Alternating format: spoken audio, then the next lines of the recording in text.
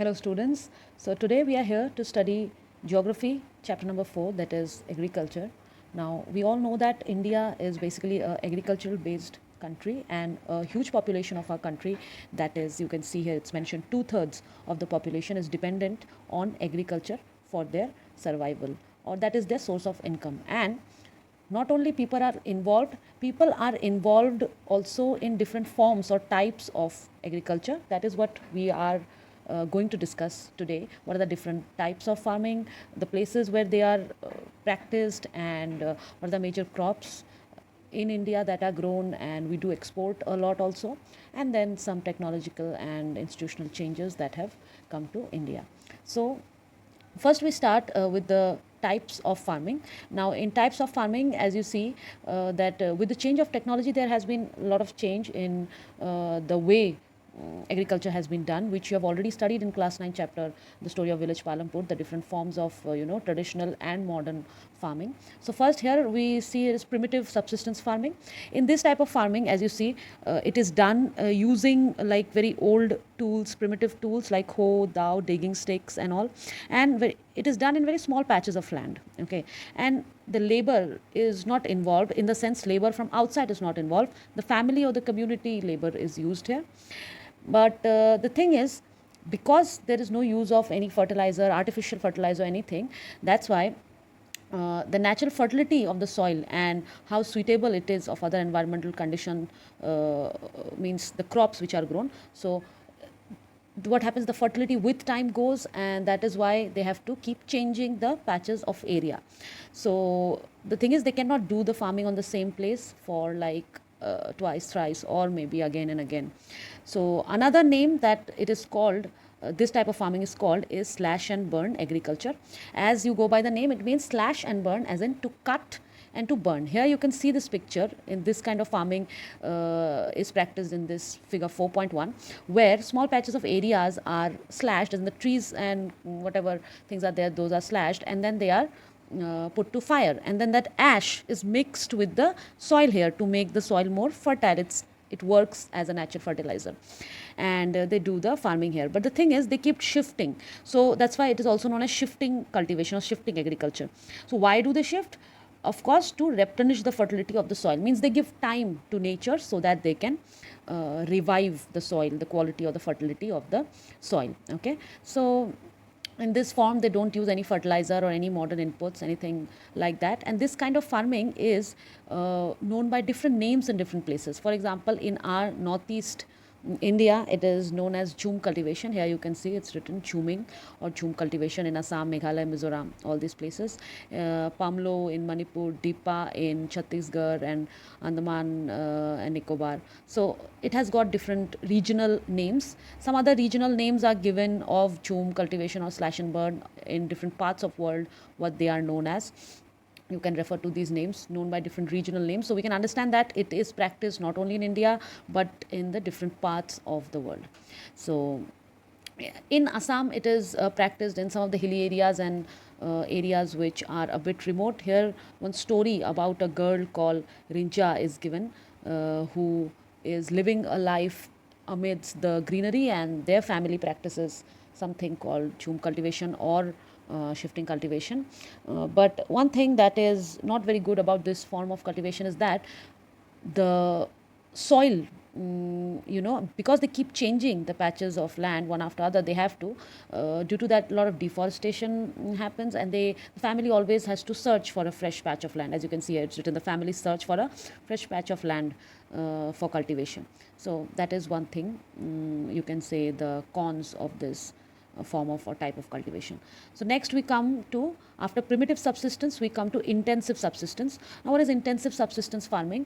See, this is also subsistence, as in done for the subsistence, or you can say the sustenance of the family. That is for your use, not primarily for selling purpose or commercial purpose. It is done for feeding yourself, as in your family, and that, and in case there is left, then they sell it. So these type of farming, this type of farming, the intensive subsistence farming, it is practiced where in areas of high population, and that's why the pressure on land is high, because the demand of the crops is more, and it's a labor intensive farming. farming, as in mainly it is done by the people. Not much of machines is put to use, and here very high doses of biochemical inputs as in fertilizers and all are used, and also irrigation. Why do they use? For higher production, because as I said, the demands are high, the land is small, and the people are more who need to be fed. So another thing which works in this kind of farming is the case that the land holding or the land size becomes small. Now how does it become small? Because of the thing called right of inheritance. Right of inheritance refers to the system that for example, a person owns a plot of land which is enough for his family to survive, and maybe he, his wife, his children all are working, and that land, the produce from the land is enough for them to feed. But in the next generation, for example, the man has 2 or 3 children, and when he decides to divide the land amongst them, then he divides the land. So what happens is each child gets this much of land only, and within this land they have to sustain themselves and their families. Then again, if say for example in future when this boy would have a family and they will divide the land, so again it will be divided into how many children they have. So this process generation after generation goes on, and due to this what happens is the size of the land holding becomes small. With every successive generations the land gets divided, and that is why it becomes small, and that's why too much pressure is put on the agricultural land. That is what here it is mentioned, as you can see. Now the third type is commercial farming. As the name goes, you can understand this type of farming is for the market purpose, for selling purpose mainly. That's why commercial. In this type of farming, all methods of modern farming are used, or the inputs which are put are all modern, are of modern farming. That is HYV seeds, that is high yield variety seeds, then chemical fertilizers, insecticides and pesticides. All these things are used because it is for, first thing, it is for selling purpose. Secondly, the thing is they need higher productivity to of course increase their profits. And another thing is the degree of commercialization. It varies from like place to place. In some place it may be like more commercial, some crop may be more commercial. For example, here they are talking about rice, which is a commercial crop in Haryana and Punjab, because people mainly eat wheat there. That's why rice is grown as a commercial crop. But the same crop is a subsistence crop in Odisha, or maybe in Assam or West Bengal, where people mainly eat rice. So it differs according to the area, the region where it is grown. So now moving on, another type of farming which comes under commercial farming is plantation farming. Now what is plantation farming? It's the type of farming in which a single crop is grown on a large area. I'm sure you all have heard about tea plantations. We all know Assam, you can see a lot of tea plantations around. So in that case what happens, as you must have seen, the crop is one single crop, that is one tea, but a huge area is covered, means grown, as in the whole area is grown with tea. So that is called a plantation farming. Now in a plantation, what happens is all types of modern farming inputs again are used. That's why it is also called as an interface of agriculture and industry, because you don't only grow, but after growing you also process it. Tea leaves need to be processed, or any fruit or any other thing, like some examples are given here, as you can see: tea, coffee, rubber, sugarcane, banana. So places are also mentioned, like tea in Assam and North Bengal, like Darjeeling, and coffee in some areas, and all, everything is mentioned. You can go through it. So plantation is another thing which is found a lot in India, and of different things. Like here you can see bamboo plantation in Northeast. Here it is given in Northeast, a lot of bamboo plantation is done. Now for plantation, certain things are very necessary. What are those? So you can underline these. That is, it requires a market mainly to sell the products and to ship the products to different places. A well developed network of transport and communication is very necessary, which connects the plantation area to the other areas. Then processing industry and all that you need if there is a plantation, or like you are doing plantation farming. Now moving on, here we discuss in the next page about the cropping patterns. So what happens, you see, our country is a very diverse country in terms of the climatic conditions that we have, and due to that the cropping pattern also changes. Now mainly we have these three cropping seasons in our country, that's Rabi, Kharif and Zaid. So these terms are used to identify or to denote cropping seasons. Mainly they are somewhere Arabic words, derived meaning from that language. Now first see Rabi. Rabi crops are the crops which are grown in winter from October to December and harvested around April to June. The main crops grown here are these all. You can see wheat, barley, mustard and all. And which areas it is grown? So mainly from north and northwestern, these all parts. You can see Punjab, Himachal and all that, Uttar Pradesh, some parts of Uttar Pradesh and Uttarakhand and all. The major crop grown, as you see, wheat is a very major crop grown in means during Rabi, and these crops don't need much precipitation, that is rainfall. A bit of rainfall that they need, they get it from the western temperate cyclones which come from the Mediterranean and enter the country from Punjab and that area, and a bit of rainfall is enough for their growth. And another thing which has helped the growth of such rabi crops in especially areas of Punjab, Haryana and western Uttar Pradesh was the introduction of the green revolution. You all have studied about green revolution in class 9 chapter 1 of economics. How the introduction of major inputs, modern inputs, changed the face of agriculture in India, and these were the places which got the first touch of that, and that's why till now you can see in our country the growth of crops in this area is very high. Now next season which comes is Kharif. Now in Kharif, crops are grown with the onset of monsoon in different parts of the country, and they are harvested when? In September, October. That is like now, the time which is going on now. The major crops which are grown are this: paddy, maize, jowar, bajra, tur or arhar, moong, urad, many are there which are grown. And the areas are this: Assam, Bengal, coastal regions of Odisha, Andhra, Telangana, all this eastern part. The difference you will see here is Kharif is mainly eastern part and Rabi was mainly western part. That's a major difference between these two places. And there are some places, common places, as in Uttar Pradesh, Bihar. Here both wheat and rice, or you can say Rabi and Kharif crops are grown, depends on the area or the region. Now recently they are saying paddy is grown even in Punjab and Haryana, where just now we studied that it's a commercial crop, treated as a commercial crop there. And in Assam, West Bengal, Odisha, these are the states which like grow the highest amount, or I would say the varieties of different varieties of paddy, rice. Here they are saying that that three crops are grown in 1 year, one agricultural year, three times it is grown, as in the names are Os, Aman and Boro, which are grown, three types of rice or three crops of rice, like one after other. Okay. Now there is another third season which is Zaid. It's a small season between Rabi and Kharif, during the summer mainly it is. And the main crops or mainly fruits which are grown in this time, Zaid. Others are also grown, but what mentions are given, that is watermelon, muskmelon, cucumber. These are the main crops. We have some more here, that is vegetables and fodder crops are also grown. Sugarcane is also grown, but then sugarcane takes like time to grow, so almost a year to grow. So these are the cropping patterns which you will find in our country. Now we'll move to the major crops that are grown: food crops, non-food crops and all. Now in major crops, whatever crops are given in means here, you should know that where all these crops are grown, the area that I mean to say, then the climatic conditions they require, and if there's any speciality about the crop, or it's a kharif crop or a rabi crop. So these things need to be studied, mainly. It's important, I mean to say. Everything is important, but I would like you to highlight those points.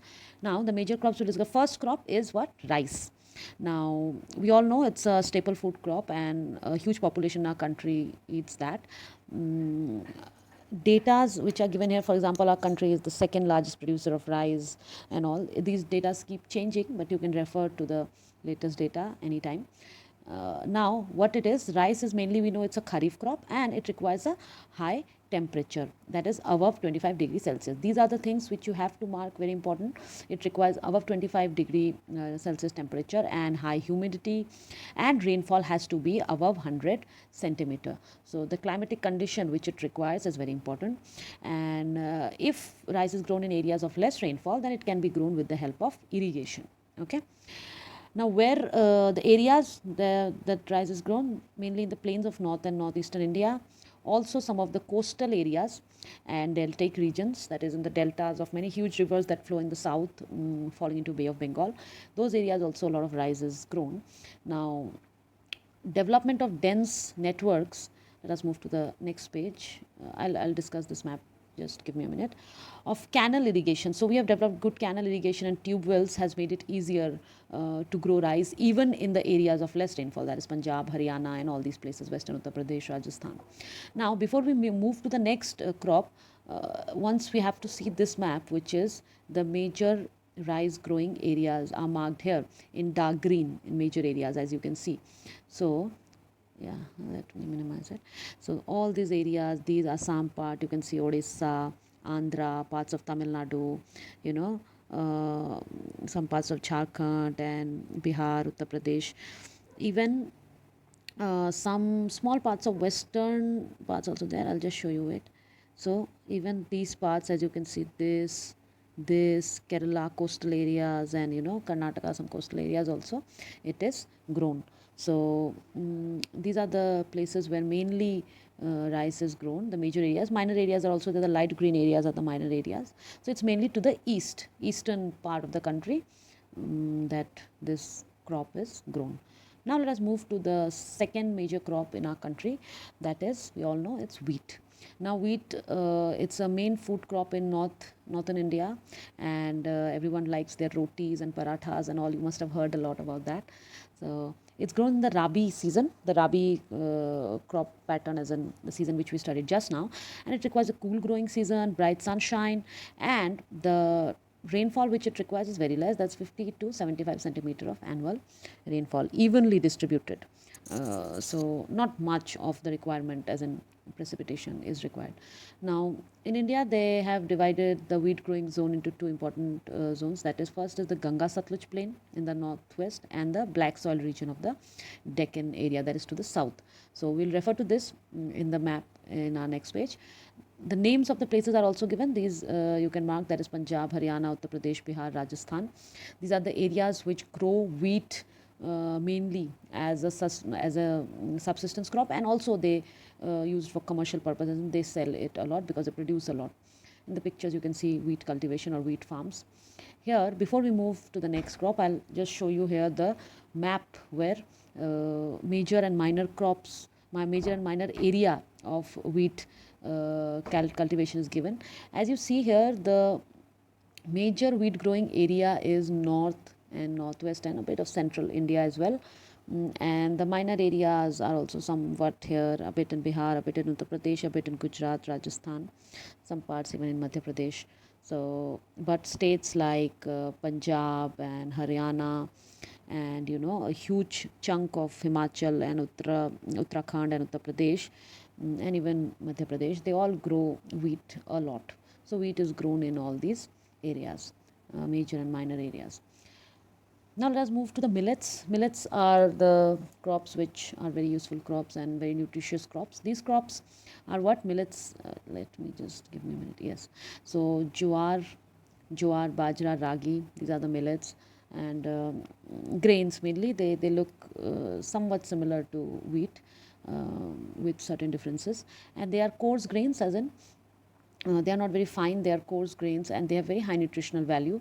And some nutritional facts about them is given here. You can mark, that is, ragi is very rich in iron, calcium and micronutrients and roughage. Jowar is the third most important, after, as in terms of production, after rice and wheat, jowar is grown a lot. And it's a rain-fed crop, and it doesn't need much irrigation, so it can be also grown in dry areas. Okay.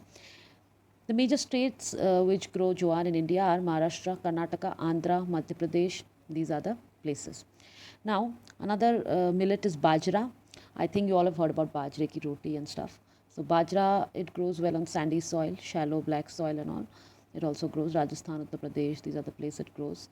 And next comes ragi. Now, ragi is, let us move there. Here you can see pictures given of bajra cultivation also. It looks somewhat similar to maize, if not fully. So ragi is a dry crop of dry regions, and grows well on red, black and sandy, loamy, shallow soils. Areas if you call, then areas if you name, then it would be Karnataka, Tamil Nadu, Himachal, Uttarakhand, Sikkim, Jharkhand. All these places you can find these millets growing, especially ragi growing. Now let us move to the next crop, that is maize, corn, local name as bhutta, makai. It is known by different names. Now it's mainly a kharif crop, and the temperature is that it requires is 21 to 27 degrees Celsius, and it grows well in old alluvial soil. As in alluvial soil is good for growing maize. Now in some states like Bihar, it's also grown in the rabi season. Not necessarily everywhere it grows well in kharif. So all the modern equipments and like fertilizers and HYV seeds, irrigations, irrigation facilities and all, these all inputs of modern farming have contributed to the increasing production of maize. And the major areas where it's grown, it's these all: Karnataka, Uttar Pradesh, Bihar, Andhra, Telangana, Madhya Pradesh. Here you can see in this picture, let me just show you, the lady is harvesting the maize crop. So it's grown and it's eaten in different forms in different parts of our country. Next we come to pulses. Pulses as in dal, you all know, I guess we eat dal, and it is India leads in its production as well as consumption. So we are both like a largest producer and consumer, and it is it's like a compulsory item in the vegetarian diet because it's very full of protein. So the major pulses that are grown in India are this: tur or arhar dal, urad, moong, masoor, pea. They have local names, different names which you may be used to, like moong dal, masoor dal, and all. And these pulses that are there in India, they are some of them in kharif, some of them are in rabi, so they grow into different seasons. Now the best part about the pulses are that they need less moisture, and they can survive in even in dry conditions. So even in rabi you can like grow them, or they can be grown. Another good thing about these pulses are that they are leguminous crops, and they, except arhar, all are leguminous crops, and they restore soil fertility by fixing nitrogen from the air, which is a good thing. And therefore these crops are mostly grown in rotation with other crops like rice and all. No, it's grown when one rice is harvested, pulses are sown. After they are harvested, rice is sown. So like this, on rotation they are grown. What are the places mainly where pulses are grown? They are Madhya Pradesh, Uttar Pradesh, Rajasthan, Maharashtra, Karnataka. These are the major areas in India where pulses or dal is grown. Now we'll come to some food crops other than grain. So till now, whatever we studied, like rice and wheat, millets, maize, pulses, these all are like grain type, as in the size is somewhat similar, you can say, if not very different. So now we come to food crops other than grains. So first in it comes sugarcane. So in India it's grown a lot, and it's tropical as well as subtropical crop, and we have both these climatic conditions in our country. The northern part is subtropical, and our southern part is tropical. Now it grows well in hot and humid climate, and the temperature required is 21 to 27 degree Celsius, and the rainfall required is 75 centimeter to 100 centimeter.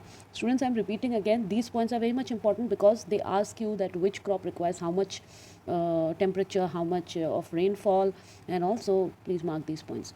Now in some areas where rainfall is low, sugarcane requires irrigation, proper irrigation, and it can be grown, as you can see here, the picture of sugarcane being cultivated. It can be grown a variety of soil, and it needs a lot of manual labor, as in it's a heavy crop, isn't it? So from sowing to harvesting, it's a manual process where it requires a lot of labor. Now India is the second producer after Brazil in growing sugarcane, and in India people don't only make sugar or eat sugar out of sugarcane. There are many things we use. I'm sure other parts of the world also use that, but in our cuisine we use lot of something we call gur or jaggery, khansari, molasses, that khansari, misri and all. So all these things made out of sugar cane is also consumed in our country. Now the major sugar cane producing states would be Uttar Pradesh, Maharashtra, Karnataka, Tamil Nadu, all these places. Some in south and mostly into north. So these are the places where sugarcane is mainly grown as a crop. Next we come to oil seeds. We all know oil is a very important ingredient, or as in the base ingredient of almost everything. So we need oil, and India produces varieties of oil. Here it's given as in groundnut is one of the variety which we produce a lot, and different oil seeds cover approximately 12% of the total cropped area. So just imagine how much we grow. Out of that, 12% is oil seeds that we grow. So, what are the main oilseeds that are grown in India? That would be groundnut, mustard oil, coconut, sesame oil, soybean, castor oil, cottonseed, linseed, sunflower. So, all these oils are grown. Now, in India, if you see, mainly people consume mustard oil, and then they also consume a bit of soybean and sunflower oil, as in the refined versions of these oils. Now, these most of the oils are edible and they are used as cooking mediums, and some of the oils are even used in the cosmetic industry. You know, different face creams and lotions and all these makeup items and all also oils are used. Now, groundnut, which we produce a lot, it's a kharif crop, and half of the oil seeds like that India grows is groundnut. And linseed and mustard, these are rabi crops, and in South India grown a lot. And castor seed is both rabi and kharif, so they are grown like in mix and match in turns in different seasons. And India leads in the production of some of these oil seeds. Next comes our very favorite, our very own tea, because what I'm saying is because we are from Assam, and tea is one of the major commercial crops that is grown here. So it's an example of a plantation agriculture which we studied just now. That plantation cropping or plantation agriculture is the type in which a single crop is grown in a large area. Now it's a beverage crop, as in it's a drink, and in India now most of the plantations are owned by Indians. Earlier, the British are the one actually who brought it, and then it grows well in tropical and subtropical climates, and we have one, as in we have both, as in tropical and subtropical. So in both in north, some parts of north, and in south it grows. So it requires well drained soil, and soil should be rich in humus and organic matter. And the climatic condition it requires, it should be a bit of warm and moist, frost free climate. It should not be too cold. That is why they are saying frost free climate. And a bit of like showers, as in precipitation. Rainfall is required, evenly distributed over the year. And why it is required is because it helps in the continuous growth of the tender leaves, which are plucked to make the tea, which are processed to finally have the tea that we have. Now, tea or tea plantation, the work done in tea plantation, it's a very labor intensive industry.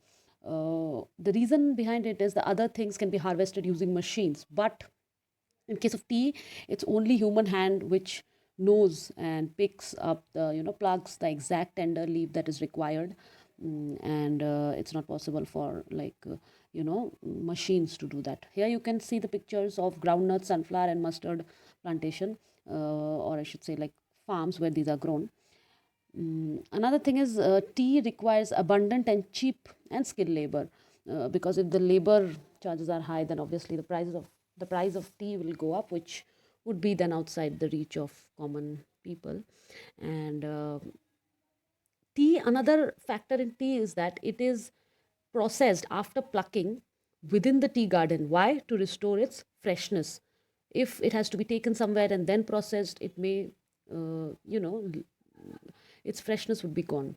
Major tea producing areas in India are these: Assam, then some parts of Darjeeling, Tamil Nadu, Kerala. Apart from this, even in Himachal, Uttarakhand, Meghalaya, Andhra, also a bit of Tripura, tea are, means the tea is produced, as in grown. And it is said that in 2008, India was the third largest producer of tea after China and Turkey. So India produces or like grows a lot of tea. Next comes another beverage crop, that is coffee. I guess you all have had, or like some people are very used to coffee. It's like a substitute for tea, and India produces a lot of coffee. Indian coffee is like known for its good quality. The Arabica variety of coffee was initially brought from Yemen, and this variety is in great demand all over the world. So, like, it's quite famous.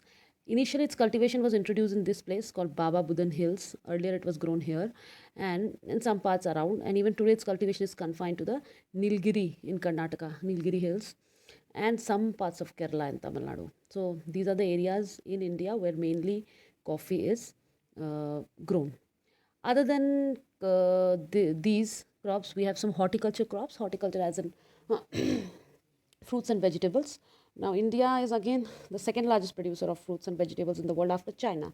It seems we are after China in many of the things, but India produces, as you can see here in the pictures, huge quantities of vegetables and fruits, and both tropical as well as temperate fruits are grown in India. Some examples are these: mangoes of Maharashtra are famous, Andhra, Telangana, Uttar Pradesh or Bengal; oranges of Nagpur, Cherrapunji are famous, bananas of Kerala, Mizoram, Maharashtra. So every place has a speciality, or like there are some special fruits which are grown in an area and they are known for their flavor, or they are known for the quantity they grow in those areas.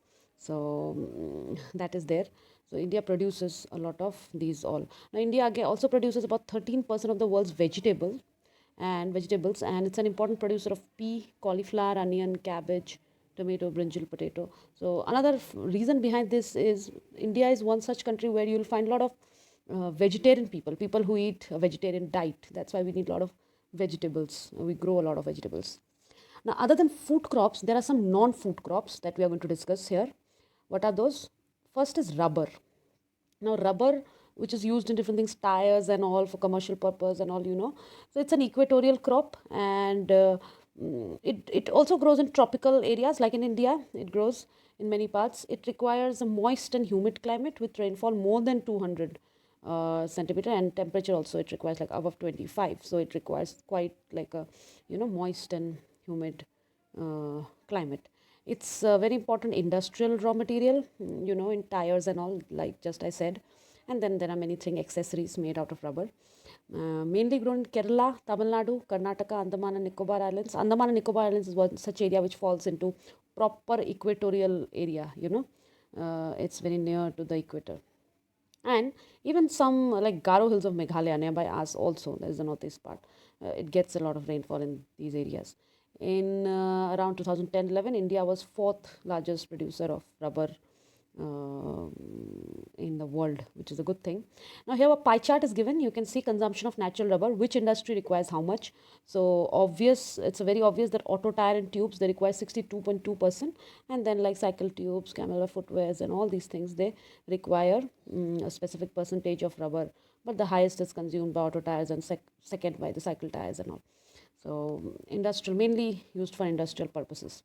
Now there are some fiber crops. Fiber crops as in what? Jute, cotton, hemp, natural silk. They are the major fiber crops in India. The first three, that is cotton, jute and hemp, they are derived from crops grown in the soil. And the last one, silk, we know it is grown from cocoons of silkworm, which feed on like mulberry leaves and all. Now this process, or this practice of rearing silkworm for silk is called as sericulture. You can see this term, sericulture. It's rearing of silkworm for the production of silk fiber. Now, cotton, India is one of the, actually it is said that one of the countries who were very famous for cotton cultivation and used to sell cotton clothes around the world. There was a time India used to do that. Even now I'm sure it's doing, but the quantity maybe is comparatively less. So cotton is one of the raw materials for cotton textile industry. We know all the clothes and all made in India. In 2008, India was the second largest producer of cotton after China, and the area in India which grows a lot of cotton is, we know, the black soil of Deccan, the Deccan Plateau area, south area. There a lot of cotton grows, and here you can see a picture of cotton cultivation.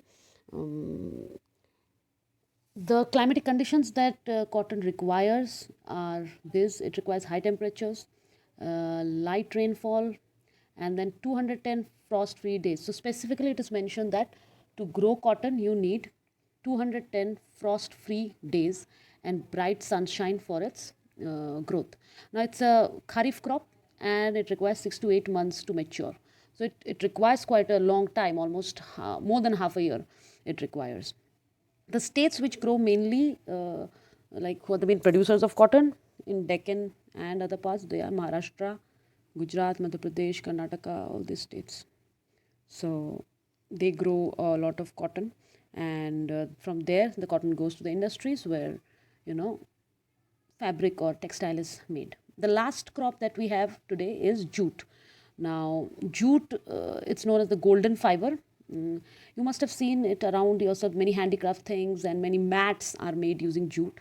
It grows well on well-drained fertile soil, mostly found in the floodplains where soil is renewed like every year.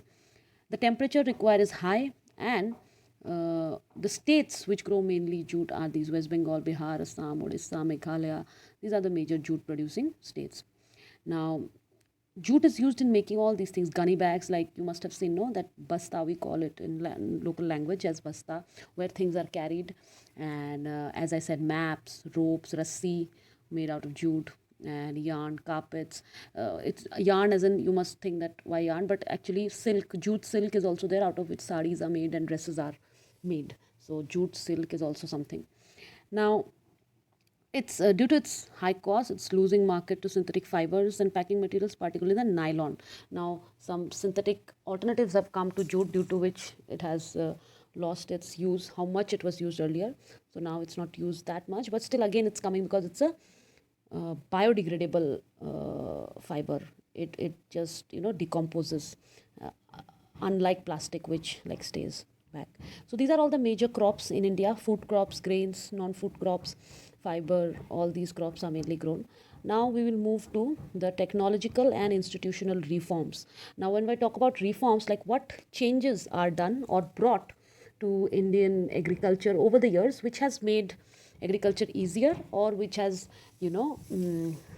made the uh, people who are involved in agriculture like easier for them. So that we are going to discuss here, and it's a very important portion in your syllabus which you all need to know. Now, we all know in agriculture is practiced in India since a very long time, and we have to use it sustainably, or else it won't last. So there are some techno and institutional changes that have hindered the pace of agricultural development, as in without which the development was not happening properly. But with some techno and institutional changes, it has become easier now.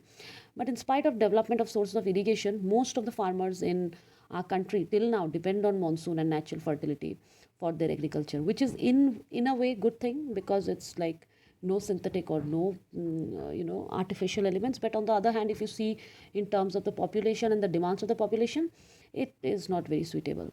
Now, for a growing population, this is a very big challenge, yes. And in India, as we discussed, that agriculture provides income, as in it's the main source of income for many people. So it gets a bit tough without these technical and institutional reforms.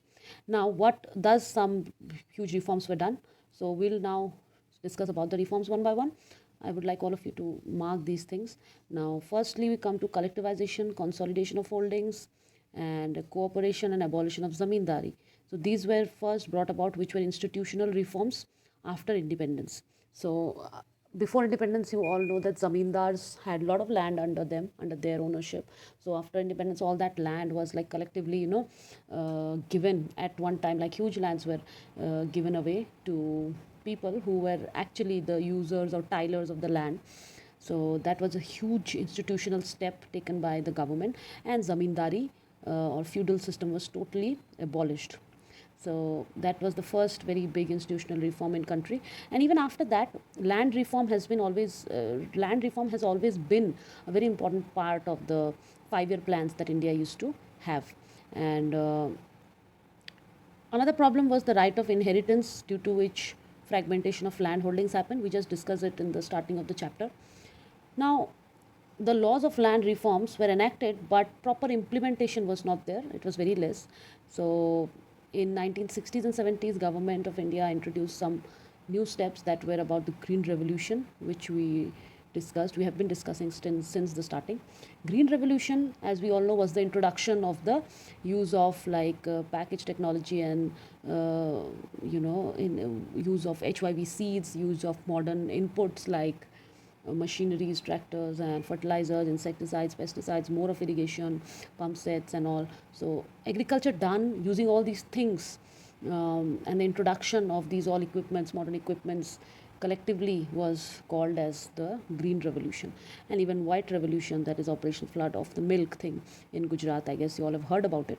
So these were huge steps taken by the government for the Indian agriculture. But a problem which is associated with this is that the concentration of development of this green revolution in few areas, few selected areas, only in Punjab, Haryana, some parts of Uttar Pradesh, it was implemented.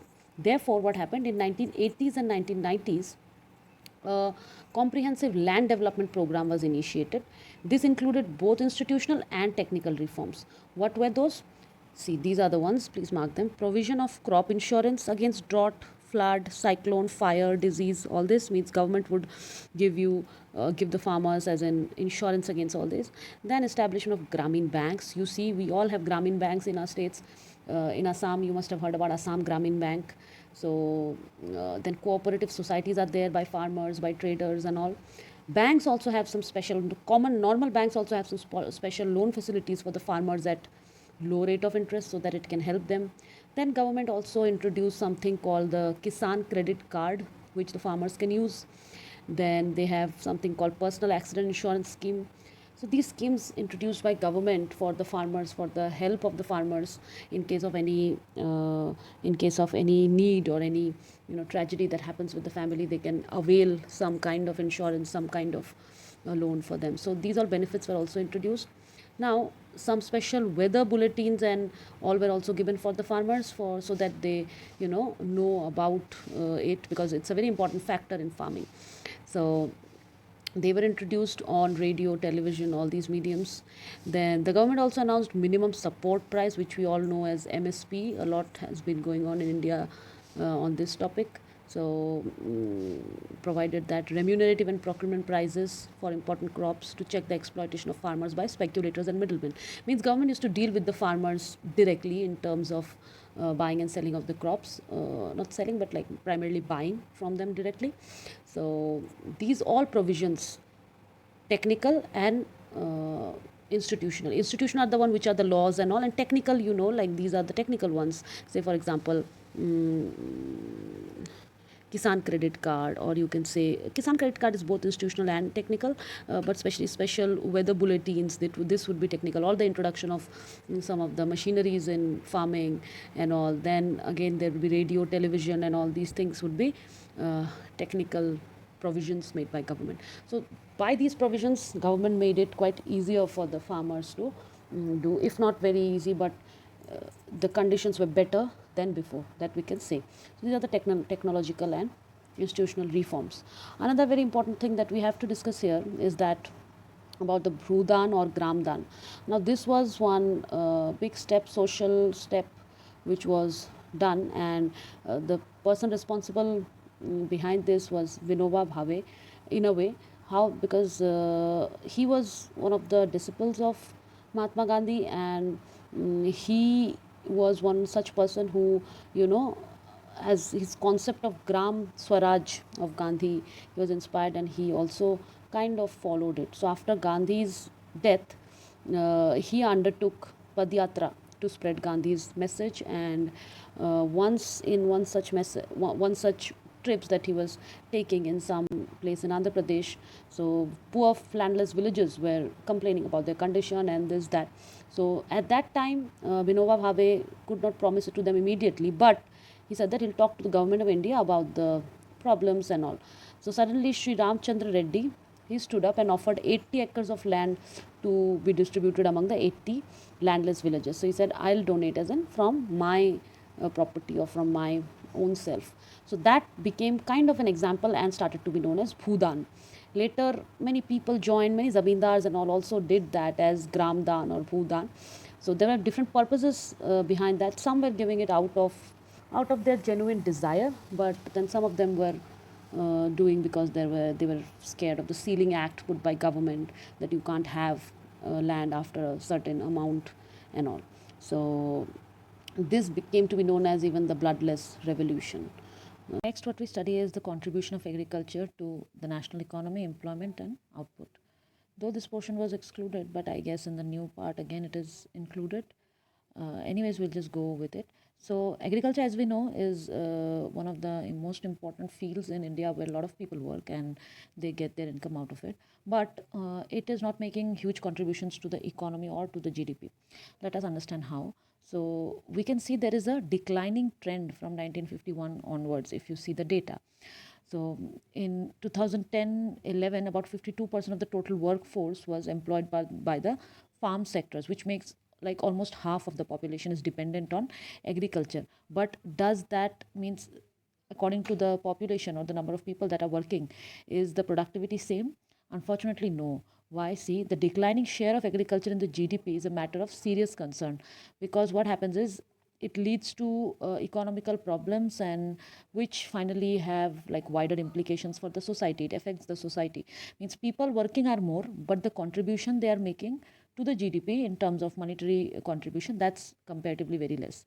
So government of India has made some efforts to modernize agriculture, and they have made some institutions like this Indian Council of Agricultural Research, ICAR, and they have made many agricultural universities and colleges, and different centers, agricultural development center, then research and development in the field of meteorology, weather forecast. All these things are done. A lot of developmental work is going on or has been done in the past to improve the agricultural scenario in India. Apart from this, the rural infrastructure, that is the roads and all of the rural parts of the country, are also been like improved and reconstructed time to time. Another thing is, if you see in table 4.1, just let's have a look in table 4.1. This is the table 4.1, and you can see that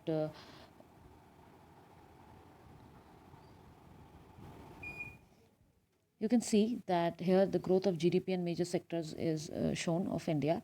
So as you see, GDP has went on increasing year wise and all, but the contribution that agriculture is making to this increase, okay, or the increase it is making for itself, is not very good, or you can't, means it's not something which is expected after taking that much of effort. So there has to be some reason behind it. So what they are saying, that it's not generating employment opportunities in the country.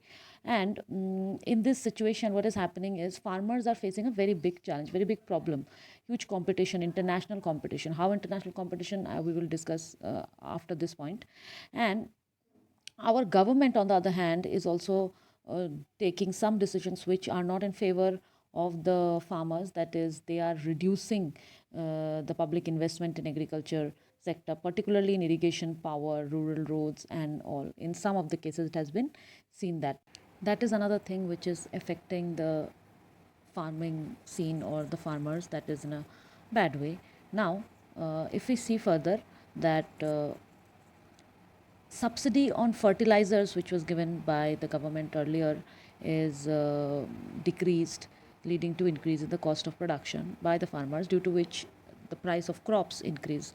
Moreover, reduction in import duties on agricultural products have also proved to be very bad, as in the things which are imported from other countries to India, agricultural products, that come in very low prices, and if that is filled in the Indian market, then people don't buy local things, which can be solved. This problem can be solved if government puts a bit of high import duties, which they are not doing at this moment.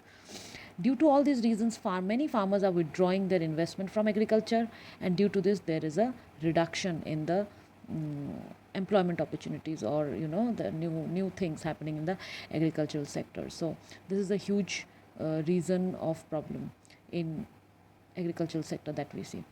After that, this part is part of this period, but it's not required actually for security. So we'll jump to the impact of globalization on agriculture. So you all must have heard the term globalization, as in the interconnection and interaction of countries, companies, people around the world. That's globalization, and it's a reality for all of us. And of course, it has affected agriculture in some or the other way.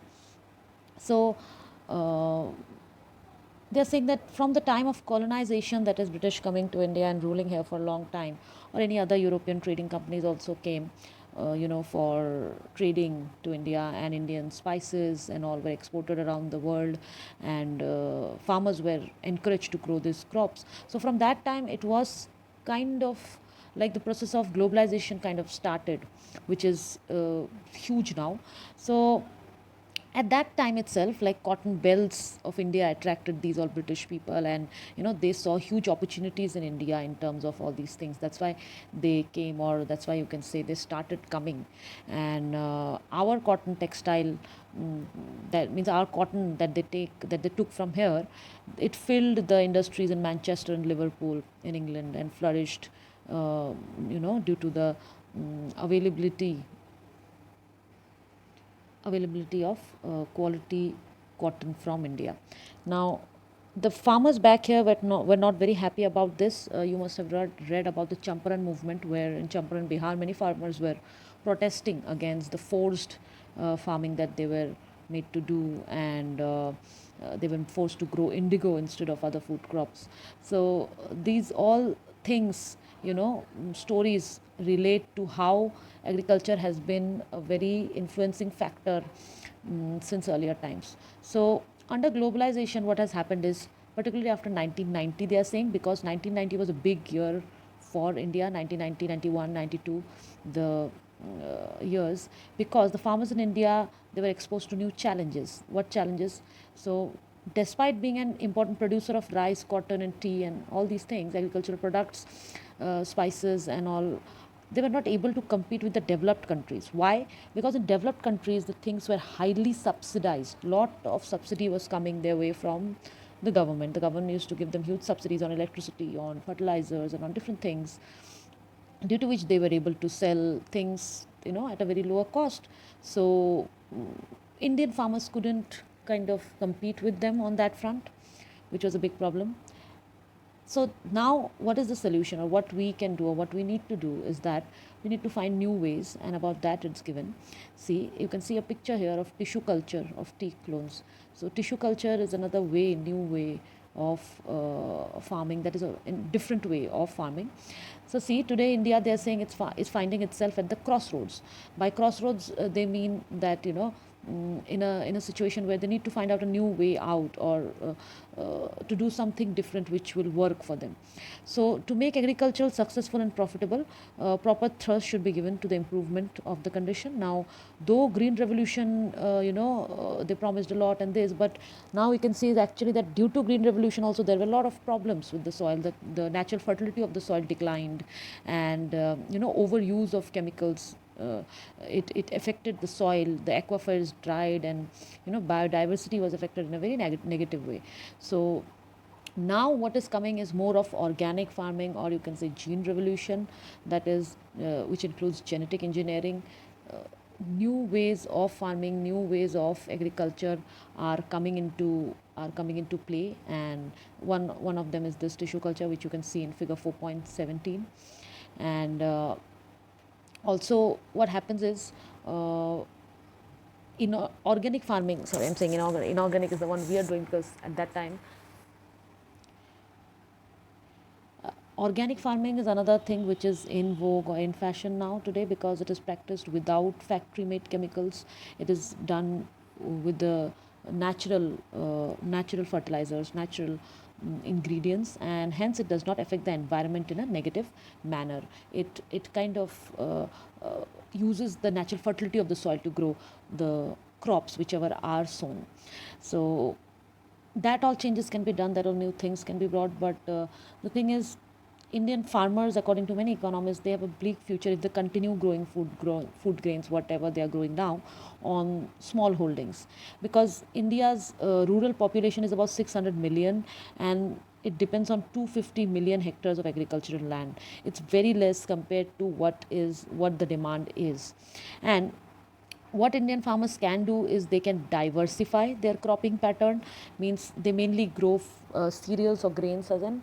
So if they want higher income from their farming, then they need to switch to high value crops.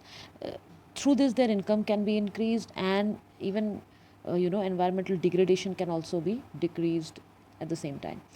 they can go fruits, medicinal herbs, flowers, vegetables, biodiesel crops like jatropha and jojoba, which needs very less irrigation and comparatively than rice or sugarcane, which needs a lot now.